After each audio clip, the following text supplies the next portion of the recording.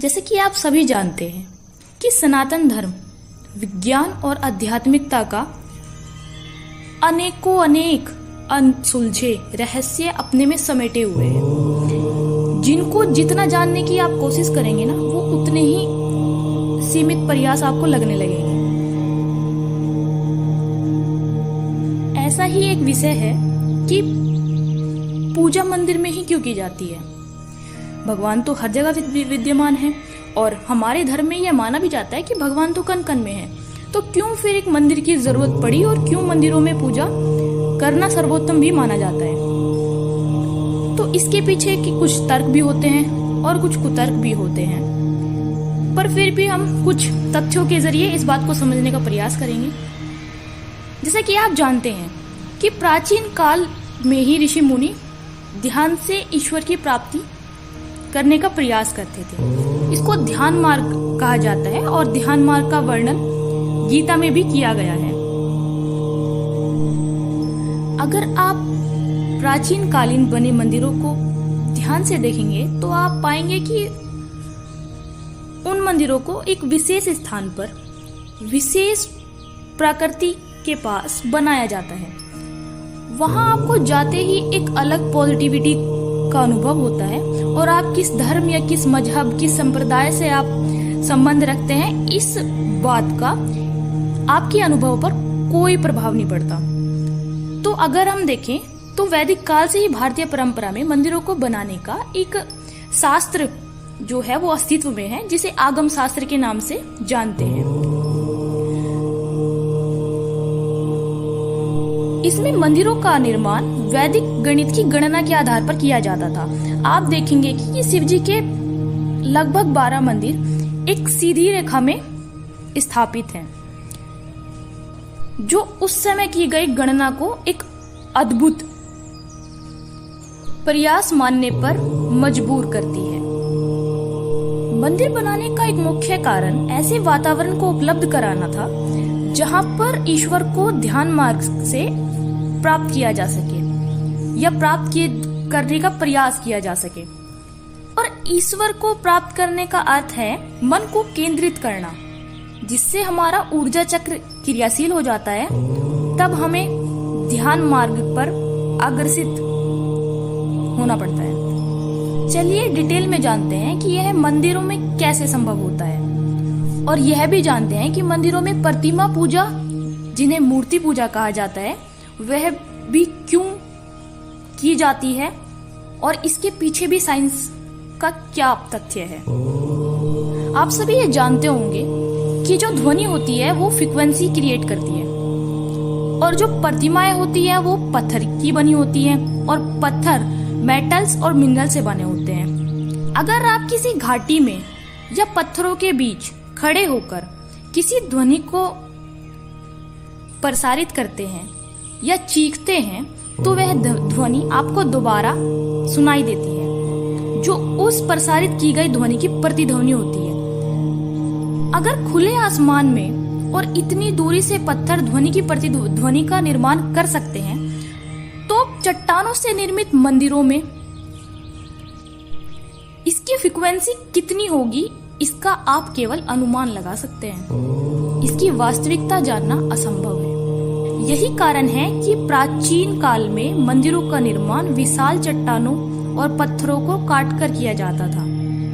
आप मंदिर के स्ट्रक्चर को ध्यान में रखिए और समझने का प्रयास कीजिए कि चट्टानों से कटा हुआ एक बंद, जिसमें केवल एक द्वार होता है, बाकी वो चारों तरफ से बंद होता है, मंदिर होता है। उसमें एक गर्भगृह होता है जिसमें सामने भगवान की प्रतिमा रखी होती है, जो कि मनुष्य का केंद्र का कार्य करती है। मनुष्य का ध्यान वहां उस प्रतिमा के प्रति केंद्रित हो जाता है कि ध्यान यानी मेडिटेशन की प्रक्रिया आरंभ हो जाती है।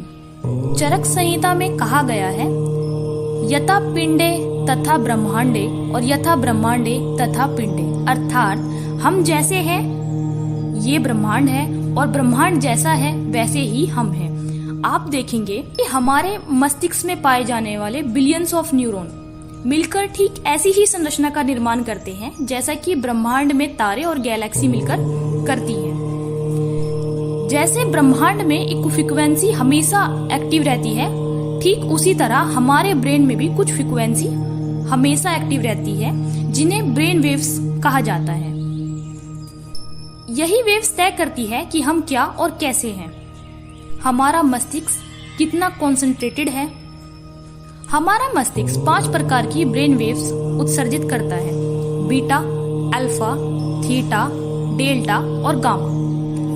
नॉर्मल इंसान के दिमाग में एक दिन में 60,000 से 80,000 के बीच थॉट प्रोसेस होते हैं, यानी कि लगभग 48 से 60 विचार प्रति मिनट।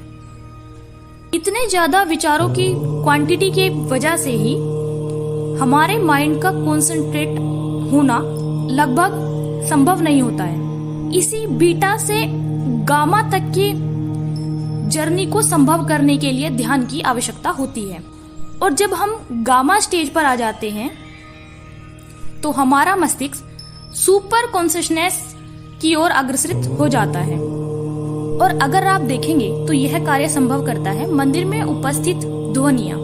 ये ध्वनियां अलग अलग तरह की होती है, जैसे कि मंत्रोच्चारण, घंटियों की आवाज, शंखनाद, आरतियां और म्यूजिकल इंस्ट्रूमेंट जिनका प्रयोग किया जाता है वहां पर। मंदिर में ये ध्वनियां घूमती रहती हैं, क्योंकि आपने देखा होगा कि जो मंदिर की चोटी होती है वो पिरामिड के आकार की होती है, जिसे गोपुरम कहते हैं। ध्वनियां वातावरण के प्रमुख पदार्थों की फ्रीक्वेंसी में परिवर्तन अवश्य करती हैं। वातावरण के प्रमुख पदार्थ जैसे कि वायु, जल, अग्नि, भूमि, ये सभी ध्वनि हमारे तंत्रिका तंत्र को भी प्रभावित करती है। अब समझते हैं मंत्र उच्चारण के पीछे का कारण। ब्रह्मांड में उपस्थित वाइब्रेशन, फ्रीक्वेंसीज और एनर्जी का किसी भी शब्द से अर्थ से कोई तात्पर्य कभी नहीं होता, क्योंकि एक अर्थ के अनेकों अर्थ निकाले जाते हैं।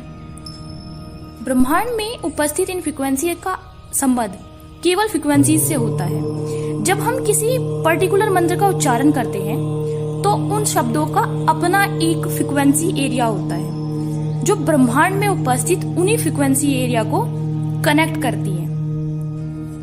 इसीलिए आपने ध्यान दिया होगा कि सनातन धर्म में हम देवताओं को अलग अलग चीजों से संबंधित रखते हैं, जैसे कि सरस्वती माता को विद्या से, हनुमान जी को बल से, इसी प्रकार अन्य और उनसे संबंधित होते हैं अलग अलग मंत्र।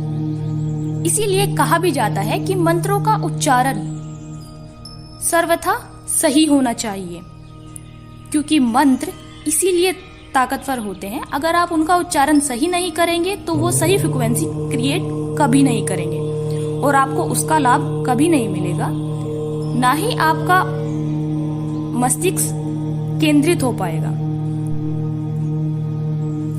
ओम मंत्र को इसीलिए ताकतवर मानते हैं क्योंकि यह आपकी भौतिक और आध्यात्मिकता को बदल देता है। ओम का उच्चारण सर्वोत्तम है, क्योंकि जब हम ओम का उच्चारण करते हैं तब हमारा मूल चक्र से यह उच्चारण शुरू होता है और सबसे अंतिम सहस्रा चक्र पर जाके यह उच्चारण पूर्ण हो जाता है। इन मंत्रों का उच्चारण लाखों वर्षों से होता आ रहा है।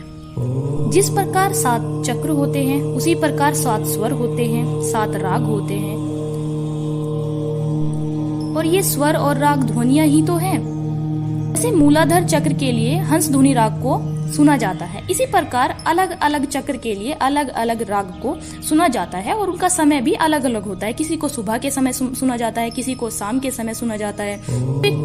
इसके पीछे भी कारण है। जैसे विष्णु सहस्त्र जो नाम है उनका उच्चारण प्रातःकाल किया जाता है। ऐसा माना जाता है उन्हें प्रातःकाल करने से हमारे ऊर्जा चक्र क्रियाशील हो जाते हैं।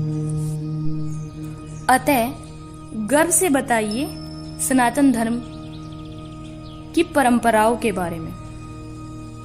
अच्छा, विचार करने का विषय क्या है कि यह आडंबर है या नहीं।